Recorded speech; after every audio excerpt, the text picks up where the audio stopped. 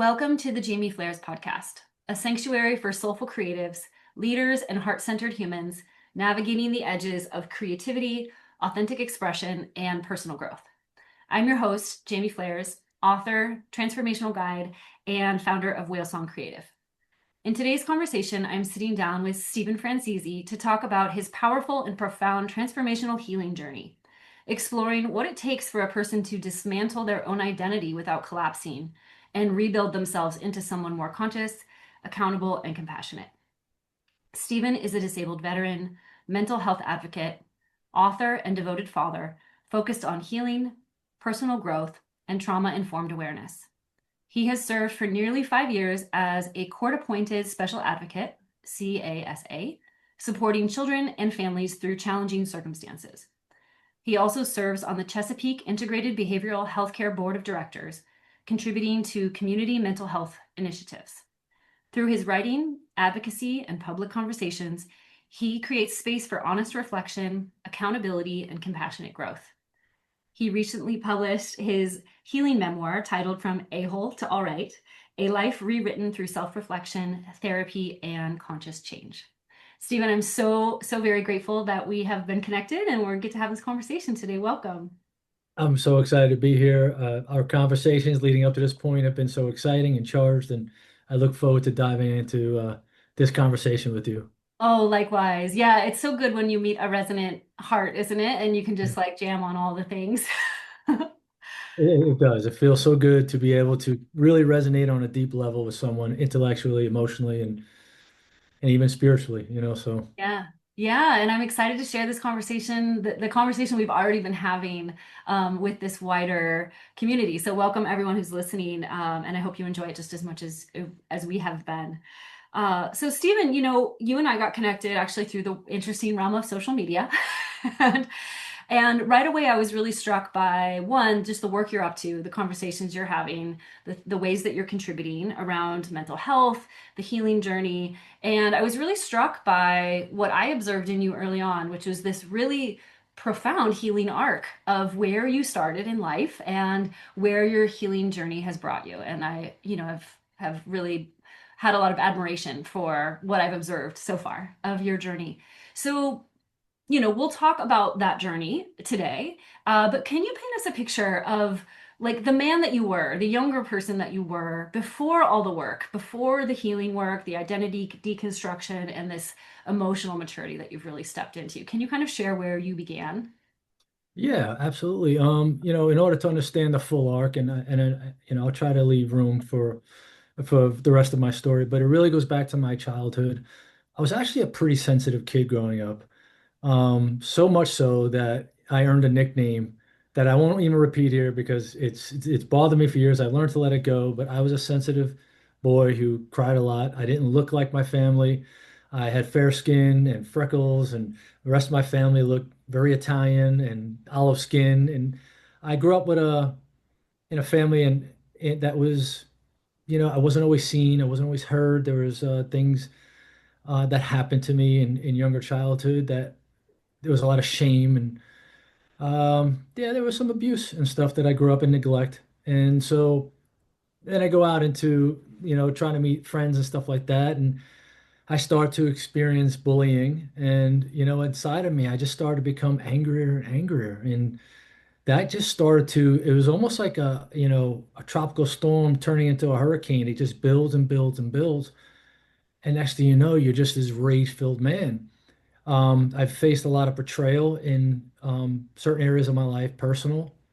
And I think I made an agreement with myself early on that I'm just not gonna, be taken advantage of. I'm not gonna be betrayed anymore. I'm not gonna allow anyone to hurt me anymore. And then I started to grow this really hard shell. And when I started to enter into relationships, especially the romantic kind, or even friendships, but the romantic kinds, I was often a guy who could be very manipulative, very controlling, but it was all trying to protect this little boy inside who's been hurt so much in his childhood. And I often came across as this guy who was just angry. You could just feel it off of me. I didn't realize how angry I came across. Another word that I would use would probably be intimidating. I'm a fairly big guy, and Not that I like to fight or anything like that, but a lot of my masking was even putting up the persona that I was this tough guy. And so some women in my earlier days found that attractive and they were drawn to that, you know? And I guess I was drawn to the women that found that attractive. So yeah, so in relationship, I'm careful to use this word, but I was highly narcissistic. And when I say that word, I'm not here to label or diagnose myself because that's not what this is about. It's about recognizing our patterns of behavior and what they look like. So when I use narcissistic tendencies or behaviors, basically that's a man who's extremely emotionally immature, cannot handle triggers, would explode on people when triggered. Jealousy would come up in relationships, mainly around romantic relationships.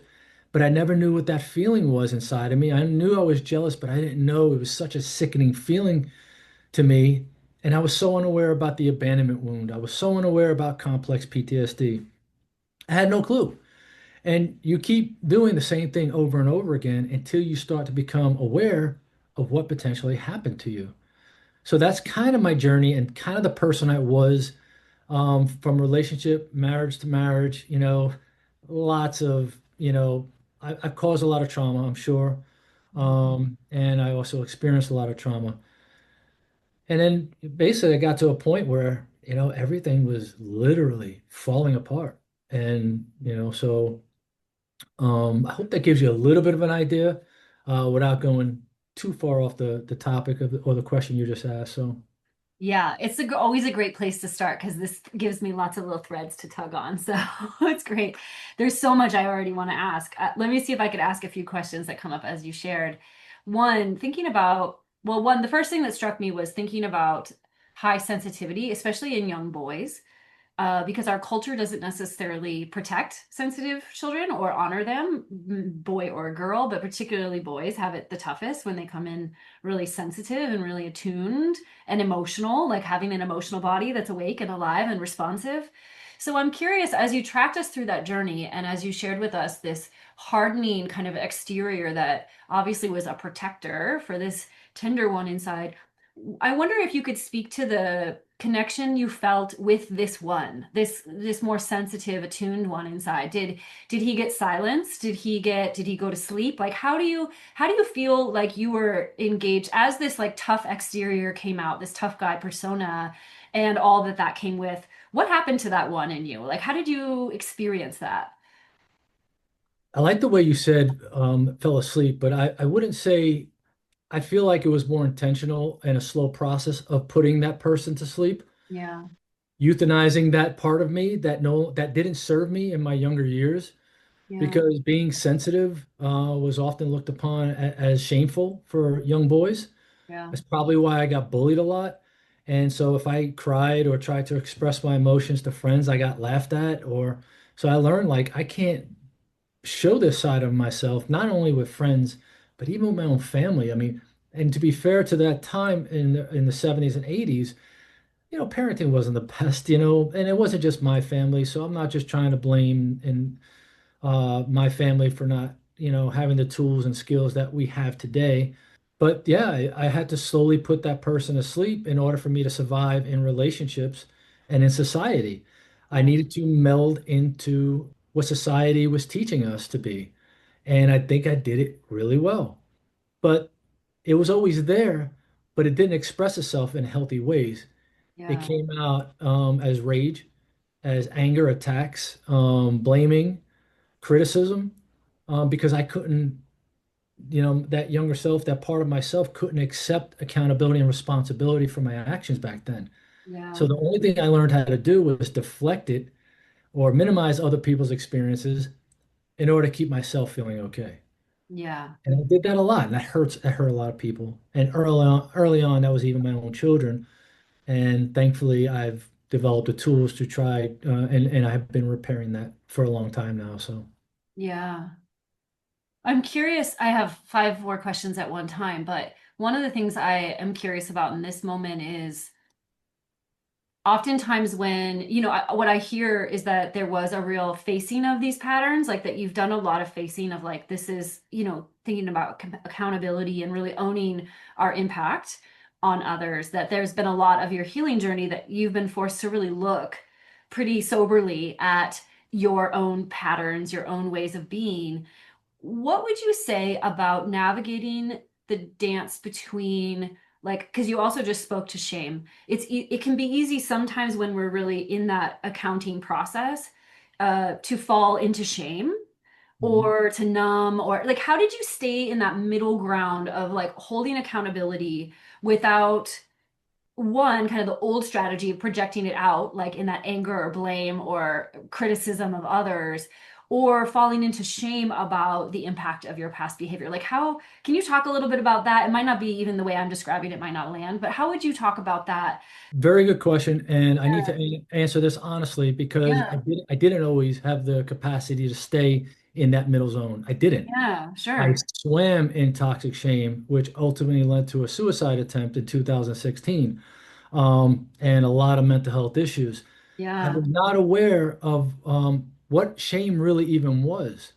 A lot of people talk about shame and what shame is. You hear it loosely, and yeah, I watched a video, I don't know, 6 years ago about shame. I'm like, what is shame? And then it started going down all the components, and then I started to hear this concept of toxic shame. And then I was like, oh my God. But that shame ran my life. And I made all my decisions from that place of I was a victim to everything that ever happened to me. And I had to try to hold other people accountable. Meanwhile, I was still hurting other people in the process. yeah, So I really needed help. I yeah, couldn't, I honestly, I had to reach out. And thankfully, the VA was very supportive of of helping me climb out of that deep darkness where I was literally suicidal on a regular basis because I didn't know how to escape it. I didn't know what I didn't know at the time. But as I started in talk therapy, but probably a little over 10 years ago, and a lot of that was around Christian therapy, which that was where I was at the time. And even that system itself kind of kept me ashamed of myself. So it wasn't until I really started to get into trauma-informed therapy where they started to hold safer space for me to open up and learn to invite the shame in, but not abandon myself. yeah, And that did not for me happen overnight. yeah, That was a slow, arduous, extremely painful process. One that I don't think I wish on my worst enemy because it is the darkest place to be. But I will say it was mo the most necessary place for me to be, which some would call it rock bottom. That was the place where I was able to look and say, I have nothing else left to lose. I need help, and I reach for it. And that's a conscious choice that, especially men need to work on and say, you know what, life, we need to stop pointing the fingers at other people. And I think it's okay to say, maybe it's me. And that was my case. So, yeah, it's been a journey, and I've gotten much better at working through shame around things that I've done and things that have happened to me through so many different modalities of therapy. But it's something it takes a lot of work. And I don't say that to discourage anyone because this is a lifelong process. And I just hope if anyone's listening to this that have been in those dark times or going through those dark times, to don't abandon yourself, trust the process, and keep at it. It does get better. yeah. Thank you so much for being honest about shame, because it is one of those things that we either don't look at or don't want to touch. And it is one of those really foundational, even as you speak, I can hear, when we grow up in a system where there's no safe place for us, right? I think we're getting into like the realm of complex trauma, right? It's like Yeah. when you're fundamentally told or inherit or inhabit this belief that you're fundamentally flawed in some way, right? That there's something fundamentally wrong with who you are and how you are.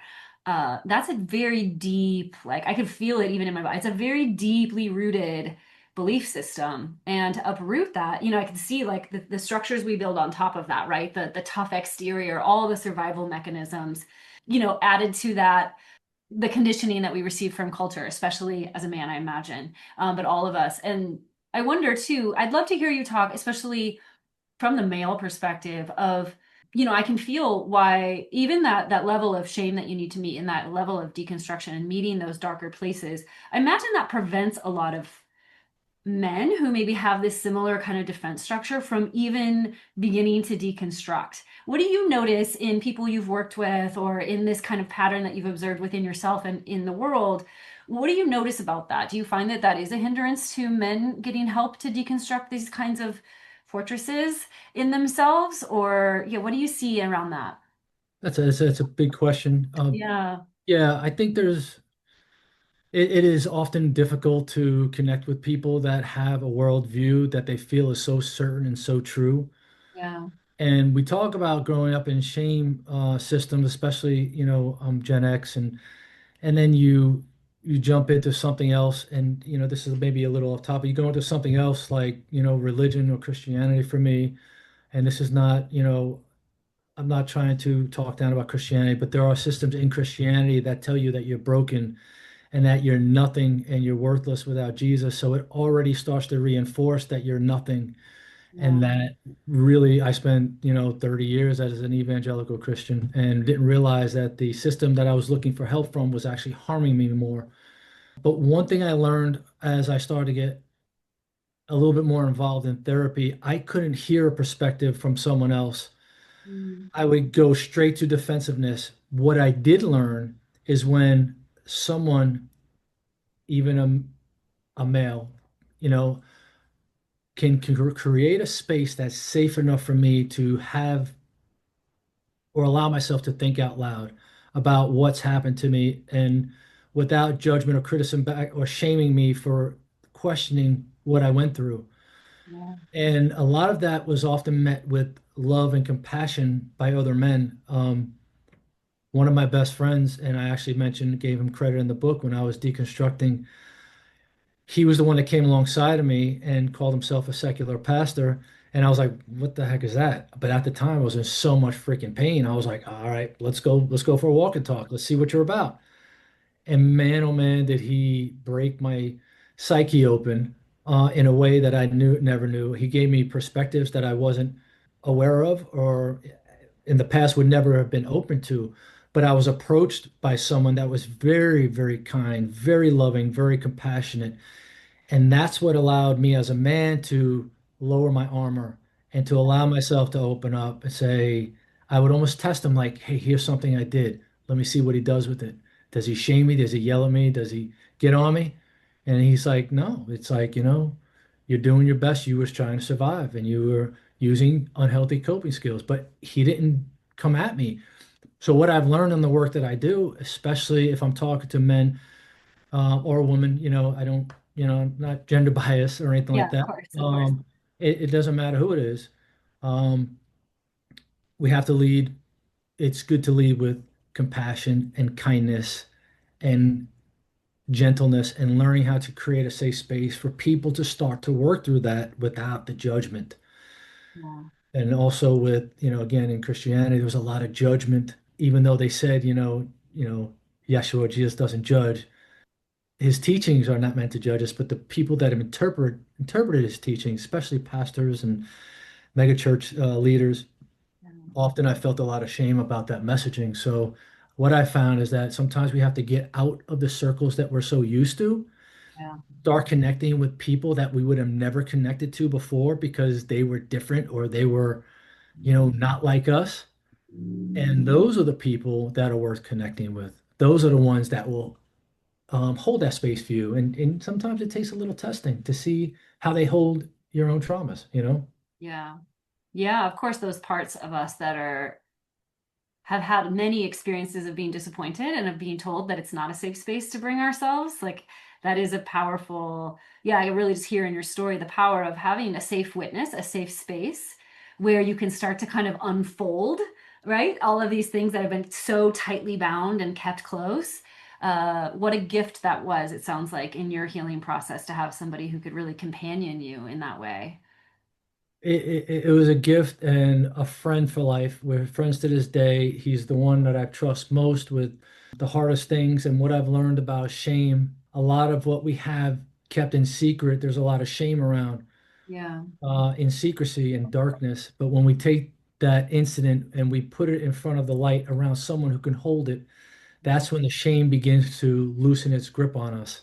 Yeah. And we can talk about it, but we have to make sure we're in the right space. And I encourage therapy, but sometimes there are friends out there that are mature enough to handle your stuff in a healthy way that can also support you in letting go of some of the shame about some of the things you've done. Yeah. Yeah, absolutely. So powerful.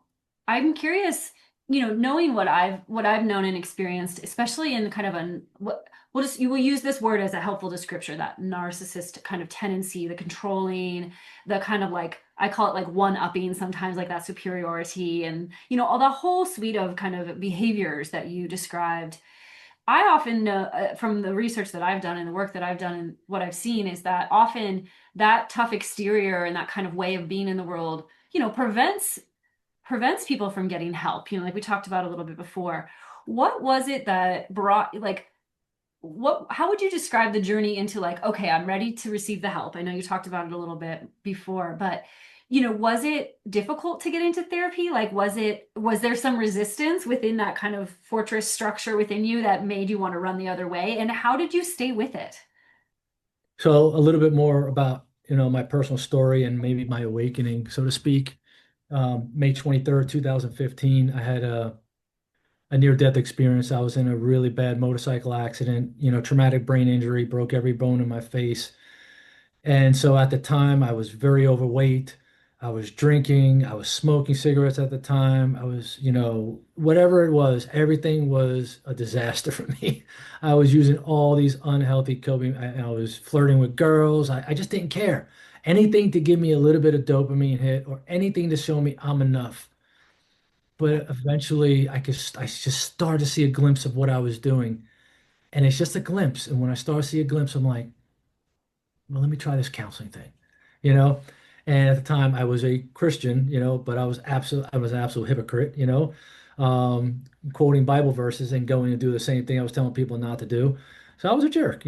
Yeah. So as I started to move into therapy and I started to go to Christian counseling, the one thing that I found was it was talk therapy, and the counselor that I had at the time almost became like a father figure to me at the time. And I noticed that on my journey through healing is every counsel I had, I almost looked at as like I put them on a pedestal, and that they were like, better than everyone else because they're in this position of authority. But I will tell you that that set of therapy was important for me to learn what helped and what didn't, and what I needed to do differently to find another therapist. And I can tell you, I've been through tons of therapists, but I found little insights, and then I would stop going for a little while. I'm like, I'm good. And then I wasn't good. And then I go back and I'm like, I don't think I'm good. And so we do a little bit more therapy and I get a couple more insights. And then I take those insights and be like, oh, I'm good. And then I go back, I got back out and I stopped counseling and then I wasn't good. This kept happening. And then, in with counseling, out of counseling, in counseling, out of counseling. And then finally, like I said, it wasn't until I jumped my second marriage ended. I was absolutely distraught and, I ran right out because how much shame a man without a wife or a woman in your 40s, there must be something wrong with him. So I jumped right back into another relationship, ultimately another marriage. And that is when I was like, oh my God, the same thing is happening, the same feelings. I can't handle it. And everything got so heavy. So I'm like, there has to be something different here. And then so I started talking to VA. I went through so many modalities, transcranial therapy to help me with depression and this and that, and the number of psychiatric medications that caused more harm than good for me over the years. But I just kept coming back. And every time I went back, I found a different modality. And I met my current therapist. I've been with him for almost 4.5, 5 years now. He's a wonderful therapist with the VA and has supported me through relational trauma, my dad dying a few years ago, my deconstruction. He was helping me work through that. He was helping me work through my deconstruction around politics at the time, identity. And between him and my best friend and a couple other really supportive folks. I think I could say maybe I was fortunate. I don't know, but I just never stopped. And I will tell you on top of that, I grew an insatiable appetite for psychology and wanting to understand myself and my brain and how I operated from the subconscious level. Yeah. So I think that was something that, people would call me that I was obsessed with it. I'm like, yeah, I was. I was Yeah. obsessed with psychology. I was obsessed with spirituality, different concepts, masculinity, femininity, Yeah. feeling, logical think, all these different concepts I just started devouring Yeah. information. So, I'd love to, thank you. I would love to maybe open that up a little bit more. Thinking about, what I heard you share was, it was kind of like stop and go, like a little bit into the new, a little back to the old, a little into the new, back to the old. And now I'm hearing you, obviously that process, I think a lot of people will relate to of like finding the right place, the right fit, the right modality, the right practitioners, even getting more subtle, probably the relationships that we're having with those practitioners, like all the subtle dynamics as we grow. But I wonder, because I hear you now talking about your insatiable appetite for this work and just, knowing, getting to know you now, who you are and how you move in the world. Were there some like watershed moments in that process, like some big breakthroughs, some moments where something shifted that would never go back? yeah, well, I will tell you one that absolutely floored me. Yeah. And I think this was such a huge insight for me, starting at the individual level. Yeah. So, when we talk about narcissism, and I was working through this with my therapist, and he was starting to talk about the traits of narcissism. And I just came to this awareness. When I say this awareness, not that I self-diagnosed myself, I was like, I'm a narcissist. I said that even though I wasn't, not really, but I'm like, I'm a narcissist. And I see them everywhere. They're everywhere. They're all around me. Like once I started seeing me, I'm like, well, this person does this behavior too, and this person has these patterns too, and this person had, my mother, my father, my sister, my brother. I'm saying that like as an example, but I started seeing it everywhere. Yeah. And it's like I think of that movie, The Sixth Sense, where he's like, I see dead people, everywhere, whatever. I started seeing narcissism everywhere. But Yeah. what was helpful about that is what I was truly seeing was the humanity of people, and not only in myself and in others, but my first thought went to everyone's a narcissist, right? And that was my first awareness. But then I was like, I got to go further with this because I don't think that's a healthy place to sit in, believing everyone I talked to was a narcissist. Yeah. So I went a little bit further, and then I started looking at more of society and where I grew up and growing up in New York City and how image driven it was and how much comparison I had growing up in big city life, how much you had to outdo the other person. It was so competitive.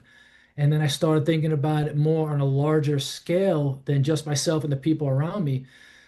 But then it started getting to cultures where there's a lot of trauma and highly narcissistic folks, and my consciousness started to expand into starting to understand where we were as a society. Yeah. And so it was really helpful for me to not necessarily see everyone as narcissists. That's not what I'm saying, but to understand that everyone out there is a human being doing the best they can, and some are causing more harm than others. And Yeah. I just wanted to make the conscious choice that I didn't want to add more Yeah. chaos and harm to the pile, and I wanted to start to contain my own. So that was the aha moment for me about learning, like, yeah, I was an a-hole, you know, and there's a lot of a-holes out there, but we're all in our own ways truly doing the best we can with the skills we have, especially coming from the generations we've had before us. And Yeah. some people are doing the work at this time, and some people aren't. And it doesn't make someone better or worse than another person. Yeah. I wonder how this lands with you thinking about the like it sounds like you recognize something, a pattern of behaviors and ways of being inside of yourself. And then it was almost like you saw the water you were swimming in. Like, oh, Yes. I can now see this. And I can see how this pattern moves through others and even through our cultures and how it's kind of baked into some of the places and spaces we might inhabit with other humans. And I also hear you saying it's helpful to contextualize it. So, and I wonder if you would agree with this. So it's not like a personal moral failing, right? That protects against shame. Like there's something inherently wrong with you that you would develop a narcissistic pattern, but actually that it's one of the it's one of the ways of being that we're offered and conditioned into, and that can be helpful. Does that feel like it lands with you, like that it is like to be able to see it that way and to be able to put it in context and begin to relate with it differently is an It important does. step? It really does. It literally helped me to see myself as more human, not Yeah. as this inherently flawed human being. I stopped pathologizing who I was as a person because there was nothing wrong with me. I developed skills to survive in a system that I didn't have any other way to survive in. Yeah. And while it harmed a lot of other people, it was helping me get through all that pain during the years in the past. Yeah. So, yeah, understanding that the societies in the past conditioned us to get to where we were today. Stephen, I'm wondering if we can dial in. I like to open things up a little bit more. So we're talking about kind of deconstructing this narcissist pattern and beginning to see it in the ways that it lives within us and around us. Can we dial in on the specifics, like maybe one or two specific examples of specific things that you had to deconstruct within yourself? I know you've named things like jealousy, the tough guy, maybe controlling, and is particularly in romance. Can we dial in on one or two things that you really had to deconstruct within yourself in order to begin to shift this pattern inside? Yeah, I think one big one I think I really want to talk about is control Yeah. and how sneaky control is in us and codependency. Back when I was seeing a therapist, ones who's helped me tremendously, but he started talking about the codependency triangle. And I've heard it in different ways, but he described it as a codependency triangle where you have 3 points of the triangle. You have the victim, which is the woe is me. Everything happens to me. And when people talk like that and have this victim consciousness or this victim mindset, and I'm not saying this to shame anyone, but that is a form of control when you're constantly, because it comes across as you're guilt tripping people to do things that they wouldn't otherwise ordinarily do. I resonated more with the persecutor. That's another point of the triangle. I was the one when someone was threatening my sense of self or even feeling like I might get abandoned, I might raise my voice or be more critical or, be maybe a little more intimidating and, say things that were hurtful. But that's probably the easiest one to understand for control. And the third one is the rescuer. And so many, I have been guilty of this. And to be fair, there are times I still notice things come up in me, but feeling like I need to rescue people from their pain or rescue people from the decisions they made. Yeah. And in fact, I learned is letting go of control means learning to keep more comments to myself. And if I'm going to say something, not say in a way that shames others or that guilts others, but say something that is truthful, that can resonate, that can cut through all of that. And it's not about control, it's about speaking what I would say is more truthfulness to a conversation or a situation. But control is one that is so insidious Yeah. and it happens all the time. Once you start to realize how control works, it's hard to not see it when you're having conversations with people or dealing with different folks. And that has been the one that I'm still working on deconstructing and actively working on how not to control other people. And that is with my children, because I want them to have their own agency. I want them to have a voice. I want them to be able to say to me, "Hey, Dad, I didn't like the way you said that to me." And not come back and be like, "Well, I'm your dad. I get to, say whatever I want to say because I'm the man of the house." I had to let go of that. That doesn't work anymore. And my kids will tell me that doesn't work anymore. You know, my daughters will call me out, so like that's the beautiful thing is about letting go of control is allowing people to have their own sense of agency and autonomy and ability to make mistakes and choose to learn from them or not. Yeah. And if they want to come to me for support, that's different than me trying to control them, but they have to be the ones to reach out. And if they're not wanting to reach out or not willing to reach out, sometimes we have to be mindful of what boundaries are we going to violate in order to try to help someone else in the name of rescuing someone. And it's gotten so much better, but that is one that I still have to be mindful of in everyday conversations whether it's with my children, with my partner, with my ex, with my family members. Beautiful. I hear you really moving away from, I'm grateful you brought in the triangle because it's such a powerful way to kind of notice where we're positioning ourselves in relationship to ourselves and also others. I wonder, I know I've caught somewhere, either in our conversation or somewhere where I've seen you share, you've talked about the importance of rooting into our values. And I wonder, as you navigate kind of stepping out of any of those three roles as you relate to people in your life now, what are some of the values you lean into when you're kind of negotiating that inside of yourself of like, how am I going to be with this person in a way that's not controlling? I think the biggest one that I go to is learning to validate people's Mhm. experience, learn to listen without fixing, Okay. learning to hold space for people when they're going through stuff and not throw the answers to them. And oftentimes, like we forget, especially when someone's in so much pain, there's a part of us that wants to help. And I get that it's a human element that we all have. But learning to just, not jump into rescuing or fixing things and relying on validating people's experiences, mirroring back to what I'm hearing, showing people that I understand what they're saying rather than assuming what they're saying. A lot of times people listen to reply rather than to understand. Yeah. And that was a big distinction that I had to make because some people like to hear themselves talk. Yeah. And you could be telling me, you know, the sky is blue, and I'm going to explain why it's gray just for the sake of conversation, but that's not listening. I'd rather be more curious. Curious is another value that I lean into and wonder. I'm curious, why do you think the sky is blue?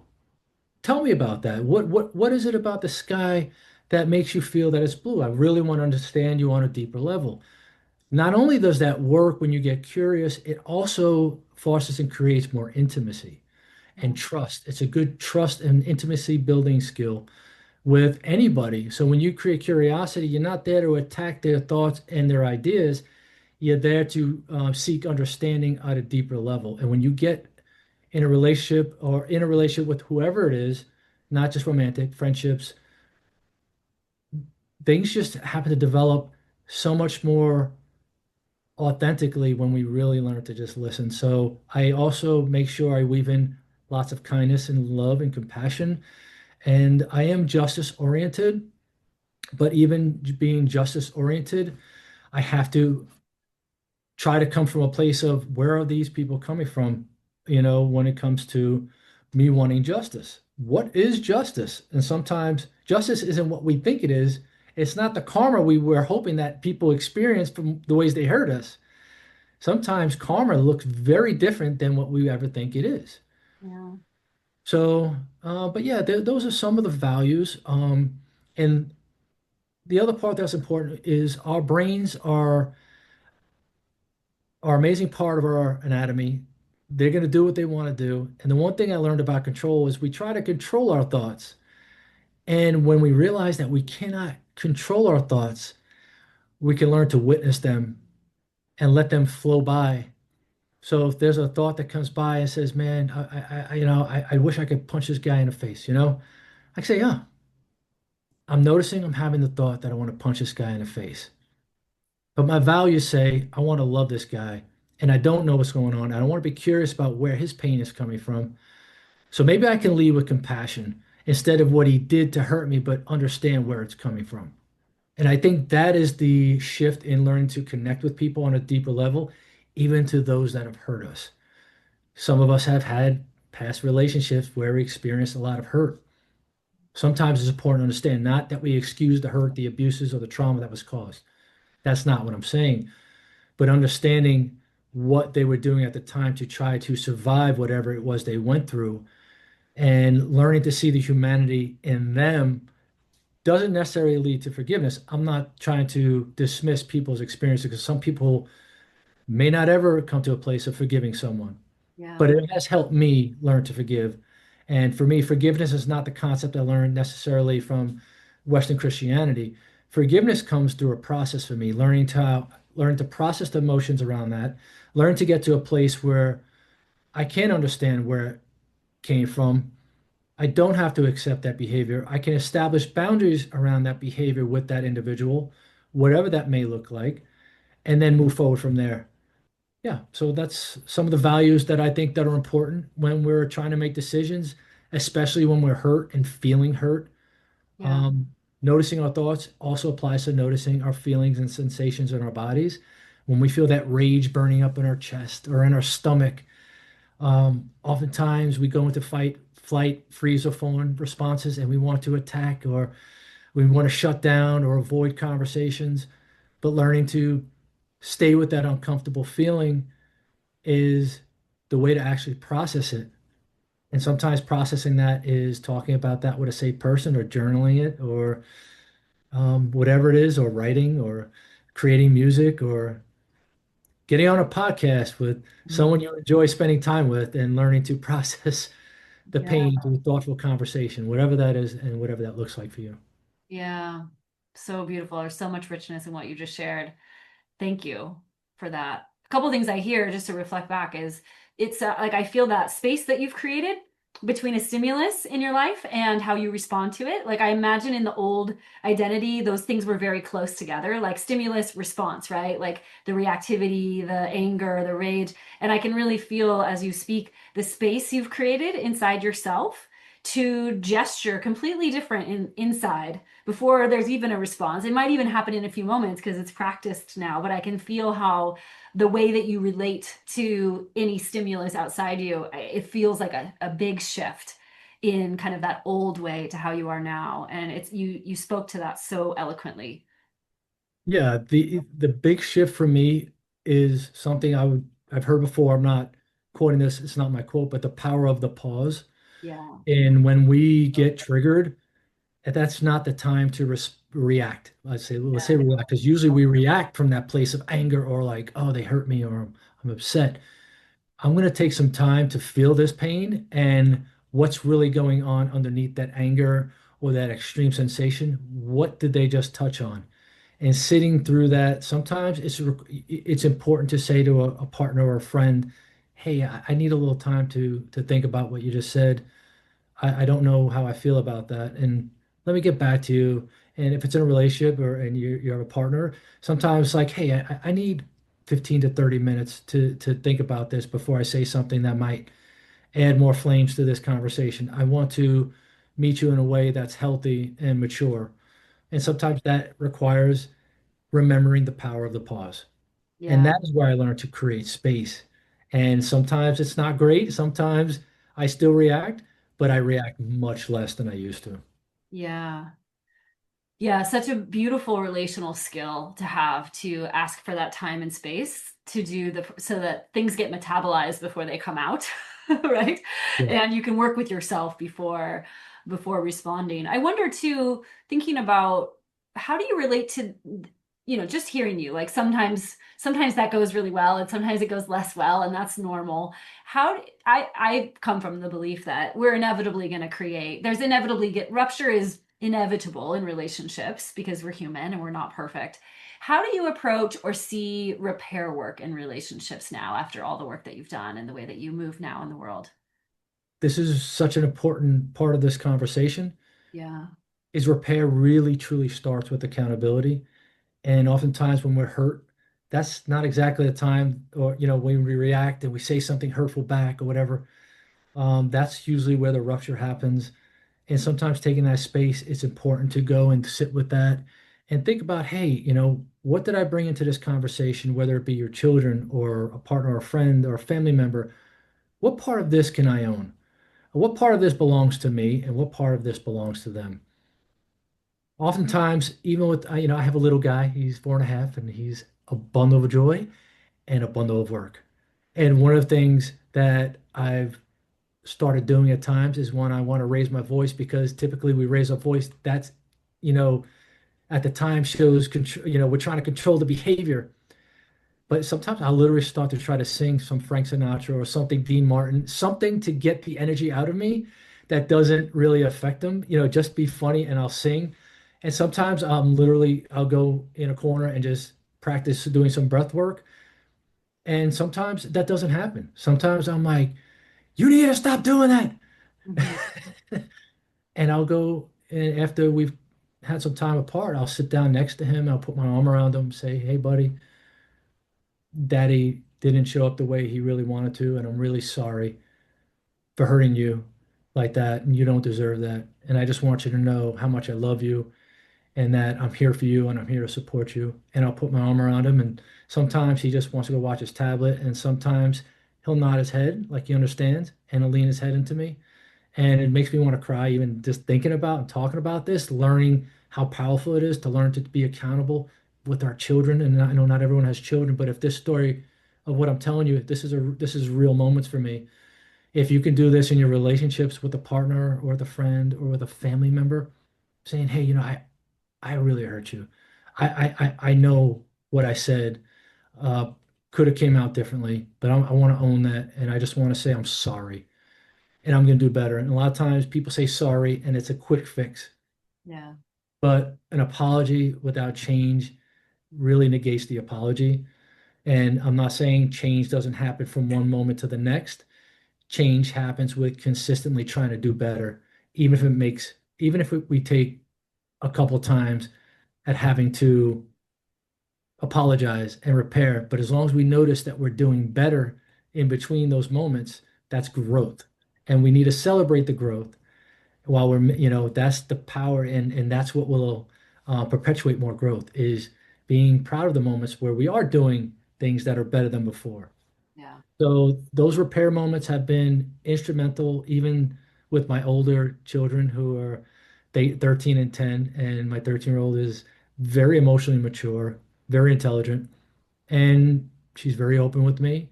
I've owned things with her, and she's by not telling her what accountability looks like, it's important to model what accountability looks like. So when I maybe raise my voice or get on her for not cleaning a room, and raising my voice for not cleaning a room, and I sit with her and tell her, "Hey, that's not how I want to be with you. I'm sorry."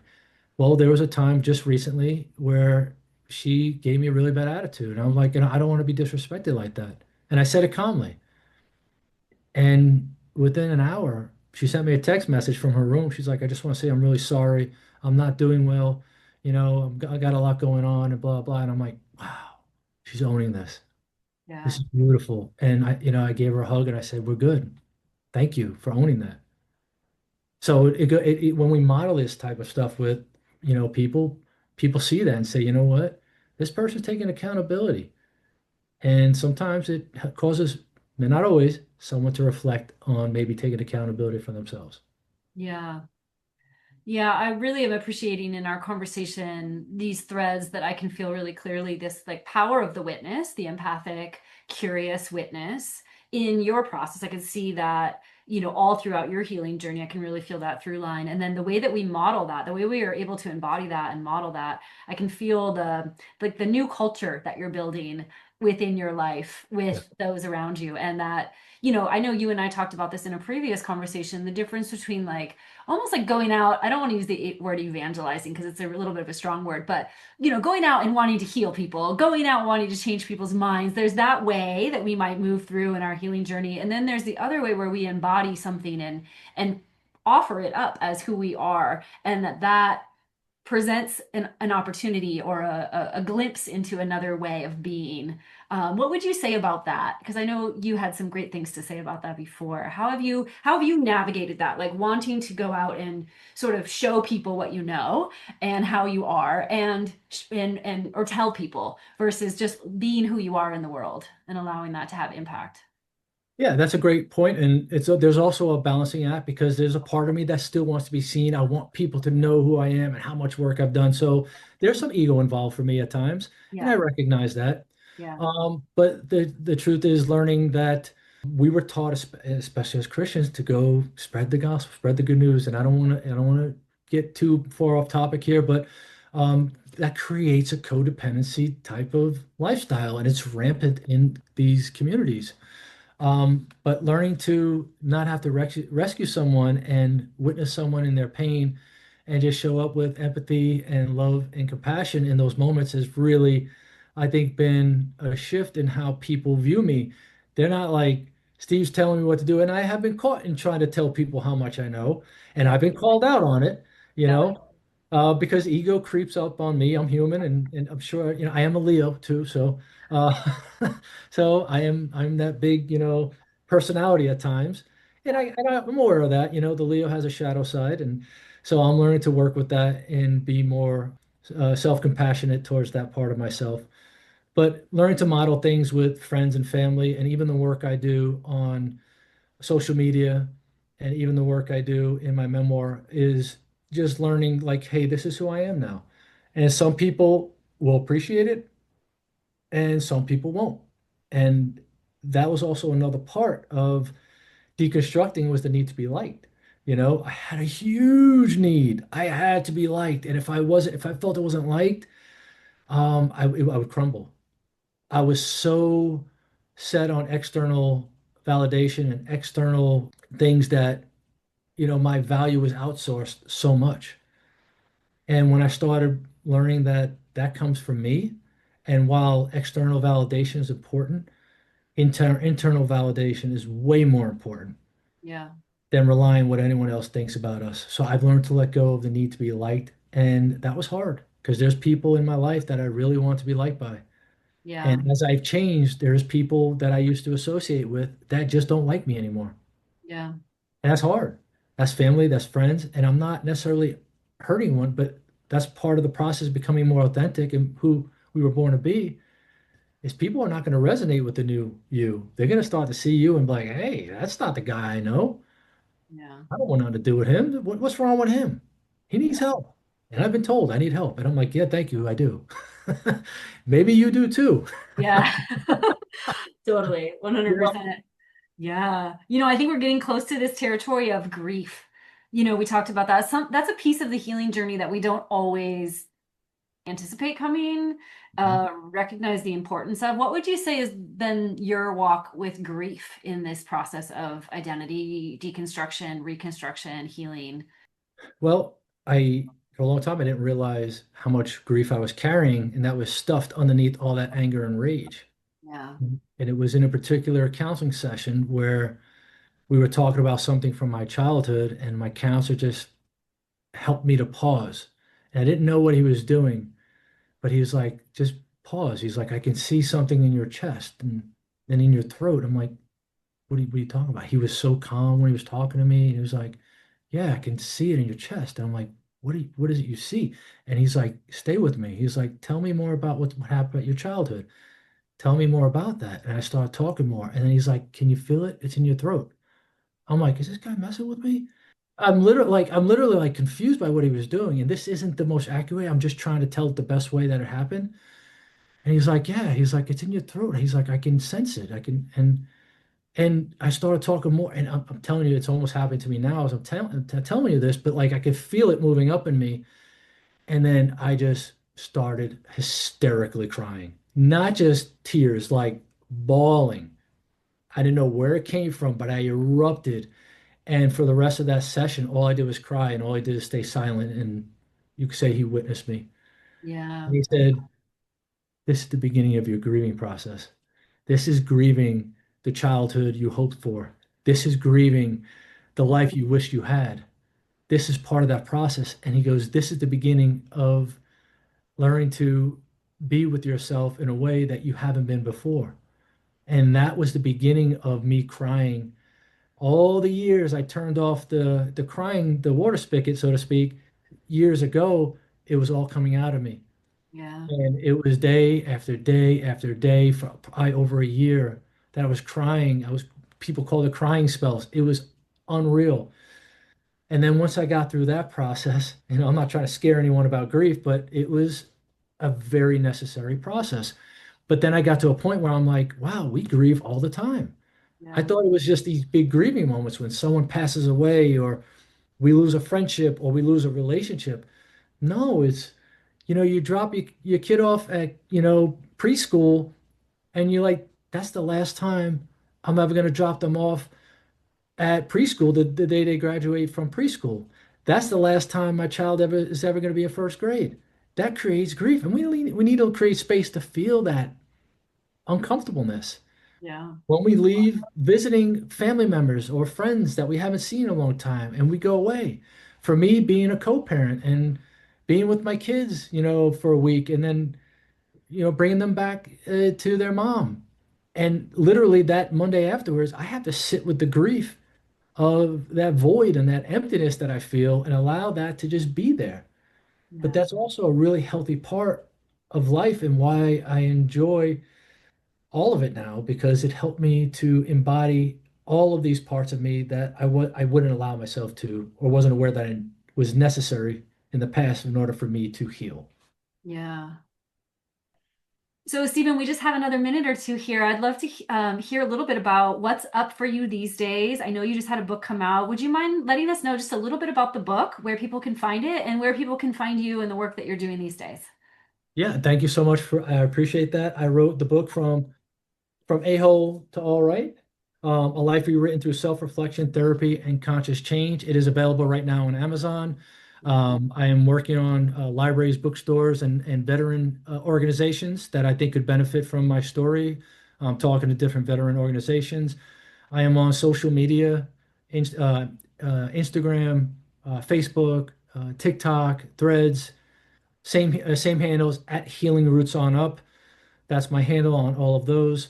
But the book, like I said, is available on Amazon. It's been doing well. I've been getting great feedback on it, and it's been helping folks. And I look forward to see where it goes. And I'm already in the process of wanting to work on my next book, and that's probably going to be more around deconstruction. So there'll be more on that as I continue to create the outline around that, and we'll see where that goes. Amazing. Thank you so much, Stephen, for sharing your wisdom, for sharing your insight today with us. It's been such a rich conversation. I'm so grateful for your time and thank you for what you do in the world. Thank you for the ways that you model who you are now and thanks for sticking with your journey all those years and the tough moments and these other moments, just thank you so much. It's been such a pleasure to chat with you today. It was such a pleasure to be here with you, and thank you for the work that you're doing. Yeah. You're such a great speaker and facilitator of this kind of work. So I really admire what you're doing, and thank you for having me. Thank you so much, Stephen. And thank you everyone for who's listening. Thank you for joining us on this episode of the Jaime Fleres Podcast. If you love the episode, please share it with a friend so these conversations can continue to spread to those who would benefit. Be sure to subscribe so you don't miss an episode, and your reviews are also greatly appreciated. If you want to check out Stephen's work or have questions about working with either of us, please reach out. All of our links are in the show notes about where to find us. And thank you again so much for joining us today. I look forward to connecting with you again.